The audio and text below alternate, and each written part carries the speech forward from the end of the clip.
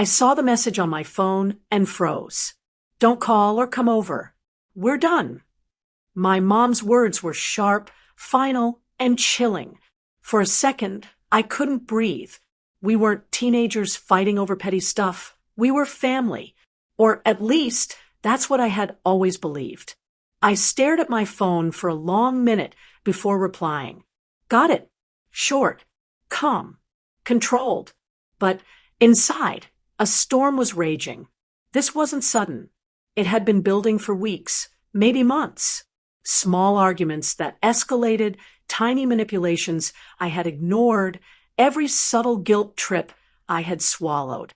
I realized painfully that my mom had been testing me, pushing me, and finally, when she thought I'd reached my limit, she tried to cut me out entirely. I should have been angry. I should have called her, immediately demanded explanations, yelled, pleaded, but I didn't. I sat back, letting the words sink in. We're done. What did that really mean? Were we truly done? Or was this another test of control? I thought about the last time we had a real conversation. Honest, meaningful. It had been years ago. Everything after that was layered with judgment, expectations, and subtle manipulations I didn't even notice until now. I remembered her face just last week when she tried to guilt me for choosing a career she didn't approve of. The sighs, the disappointed looks, the silent criticisms.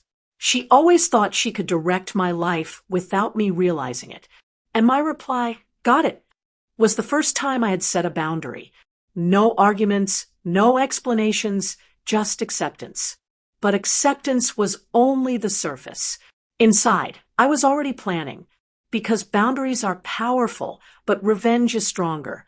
Hours passed, and then came the texts from my siblings. Subtle, probing, trying to understand my reaction. Are you okay? Mom's upset. You should call. Each one revealed their assumptions about me. They thought I would beg, I would cry, I would apologize. But they were wrong. I didn't need their validation. I didn't need to be fixed. I had been underestimated for too long, and underestimation is the perfect opening for someone like me. I smiled quietly, the kind of smile that doesn't come from happiness, but from clarity. They thought they could shut me out. They thought I would crumble. They had no idea what was coming. That evening, I started putting my plan together, not impulsive, not reckless, precise, quiet, calculated. Every step would ensure they felt the impact of their words, but without me losing a shred of control. Revenge isn't about shouting, confronting, or fighting. It's about timing, patience, and understanding human nature. And I knew exactly how to use it. By the time I went to bed that night, the storm inside me was calm, but ready. Tomorrow, everything would change.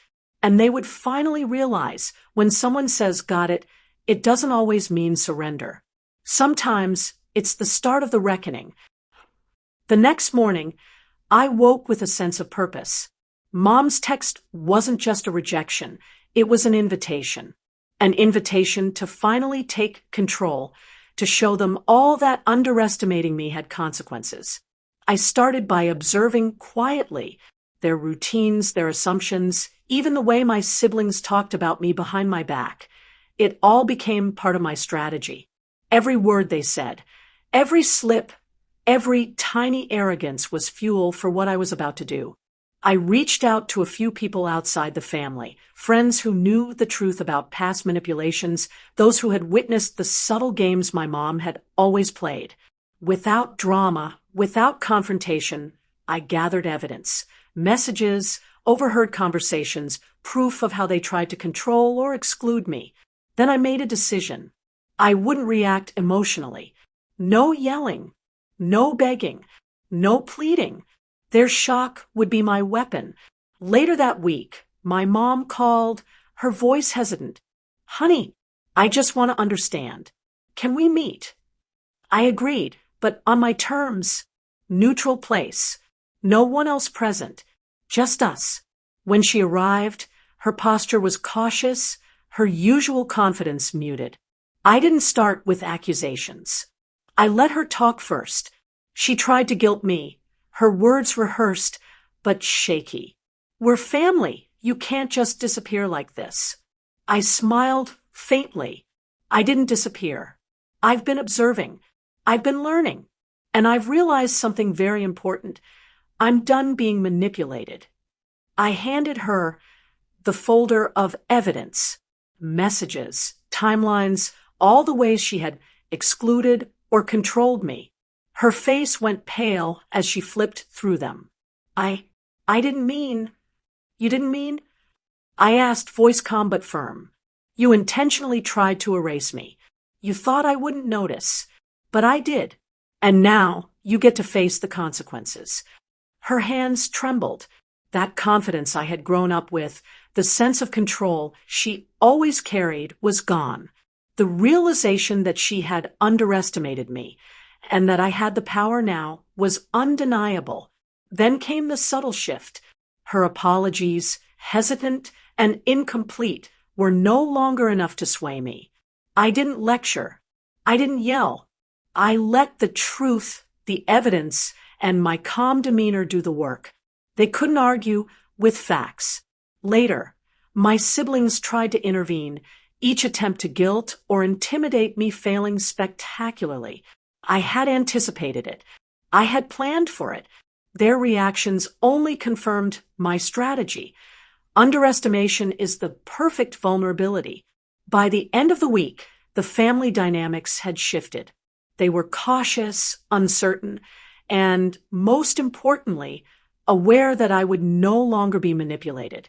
The subtle power they had over me for years was gone, replaced with a quiet, undeniable authority I now held. Revenge isn't always loud.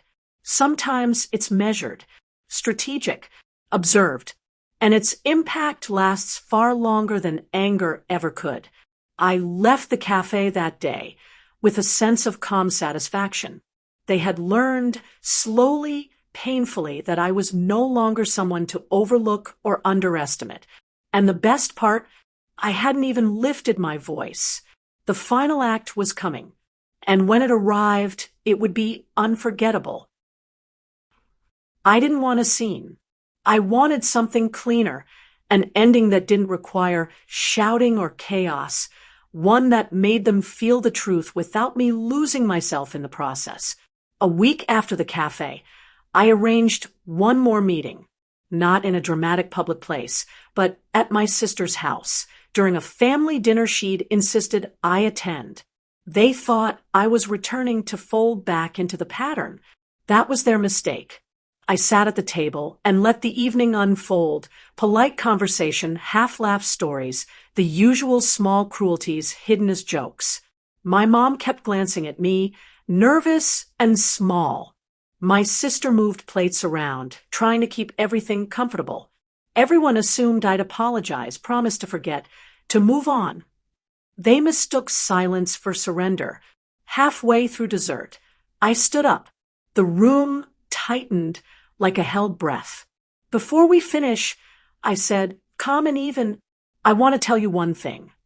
No accusation, no rancor, just words. They looked at me, puzzled. When you decided I wasn't important enough to be told about my sister's wedding, you made a choice. I continued. That choice said more about you than about me. It said you preferred control over connection. It said you'd rather manage appearances than include the people who matter. My mom's face crumpled. My sister's hands stopped moving. The polite chatter died. I collected what I needed. I said, not to punish you in a cruel way, but so you'd see the consequence of underestimating someone you claim to love. I showed you the proof. You had your chance to change. For a while, you tried. Then you sent the text saying we're done. I accepted that boundary, and while I respected it, I also made a boundary of my own. I let that land. I didn't demand apologies. I didn't make them beg. I laid out what I wanted: honesty, respect, and transparency going forward, or distance. Simple terms, no theatrics. They had to choose. Silence spread for a moment, heavy and honest. Then my sister spoke, voice small. I didn't know how badly you felt. It wasn't a defense, just a truth. I shouldn't have to prove my feelings. I replied, you should show them. My mother, quieter now, said, we're sorry. Words. Thin, maybe not enough. I watched them, measured their sincerity. This wasn't about revenge as punishment anymore. It was about recalibration. I wanted a family that recognized me, not one that managed me. Over the next weeks, things changed slowly and awkwardly. My mom called without expectations. My sister texted small updates. They asked, hesitantly, for my advice on things they once assumed they knew better. The dynamic shifted because I held steady. I didn't chase reconciliation. I offered it on terms that kept my dignity intact. The real victory was quieter than I'd imagined. It wasn't their discomfort, though that came. It was the way I walked through my life afterward, lighter, firmer. I stopped shrinking to make them comfortable. I began living on my own terms. One afternoon, months later, I passed their house on a walk. My mom waved from the porch, a small, genuine smile, replacing the practiced one. My sister stood by the window, not hiding. I waved back and kept walking. I had won by not becoming them, by refusing their script. The revenge they feared wasn't revenge at all. It was a life reclaimed, steady and unbothered. Sometimes the most effective ending isn't to break someone, but to rebuild yourself. They would remember that. And I could finally stop remembering the hurt